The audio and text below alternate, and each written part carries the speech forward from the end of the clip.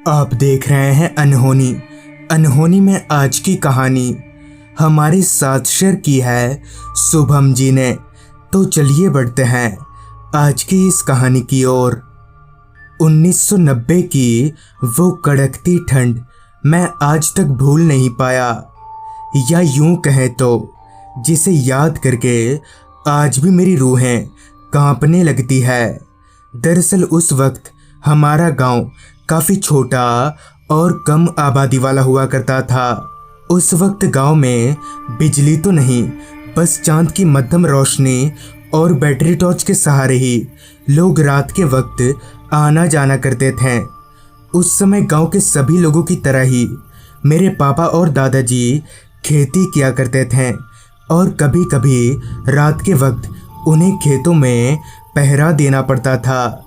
ऐसी ही एक रात जब पापा और दादाजी खेतों में पहरेदारी कर रहे थे और घर पर मैं और मेरा छोटा भाई और मेरी माँ हम सभी लोग सोए हुए थे, तभी अचानक ही मेरे छोटे भाई के पेट में बहुत ज़ोरों से दर्द होने लगा। दर्द इतना ज़ोर का था कि मेरा छोटा भाई एकदम से छटपटाने लगा। अब मुझे और मेरी माँ को समझ नहीं आ रहा था कि क्या करें कि तभी मेरी माँ ने मुझसे कहा, शुभम जाकर अपने पापा और दादाजी को बुला ला, छोटू का दर्द बढ़ता ही जा रहा है। माँ के इतना बोलते ही मैंने ना तो वक्त देखा और ना ही आधी रात का अंधेरा, बस एक टॉर्च लेकर घर से खेत की ओर निकल गया। मैंने जैसे ही अपने घर के बाहर कदम रखा तो ठंड ने मुझे ऊपर से लेकर नीचे तक हिलाकर रख दिया। मैंने भी अपने मफलर को कसकर बांधा और आगे बढ़ने लगा।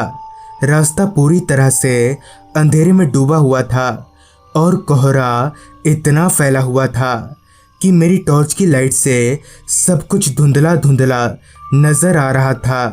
अभी मैं आगे बढ़ ही रहा था कि तभी मेरी टॉर्च की लाइट रास्ते के बीचों बीच बैठी एक काली बिल्ली पर गई, जो कि मुझे देखकर गुर्राहे जा रही थी। मानो ऐसा लग रहा था कि वो काली बिल्ली मुझे आगे जाने से रोक रही हो, मगर मुझे कहाँ पता था कि आगे मेरे साथ इतना कुछ होने वाला है।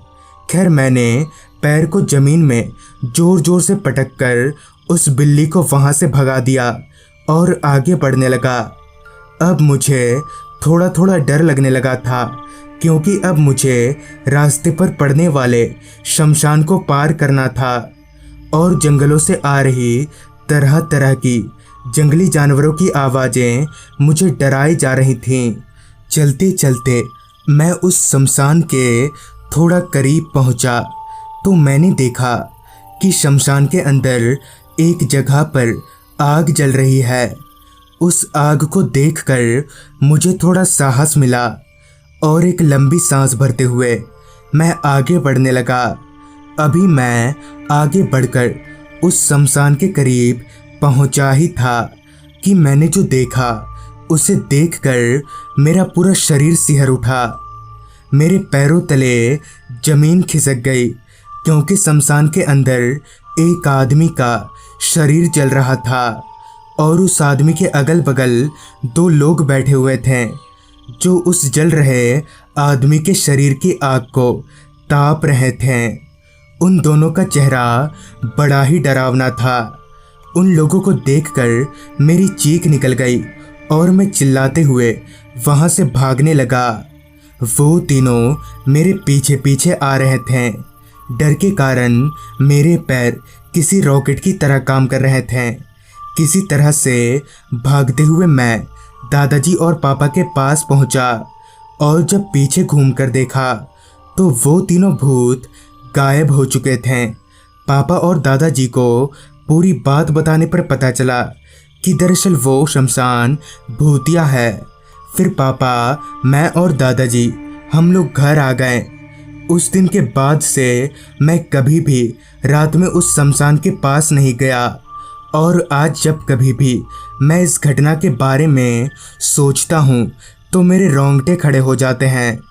तो दोस्तों, ये थी शुभम जी की भेजी गई कहानी। अगर आपके पास भी ऐसी ही कोई कहानियाँ हैं तो हमारे साथ ज़रूर शेयर करें। तो मैं आर्यन जल्दी ही मिलूँगा आपसे ऐसी ही एक कहानी के साथ।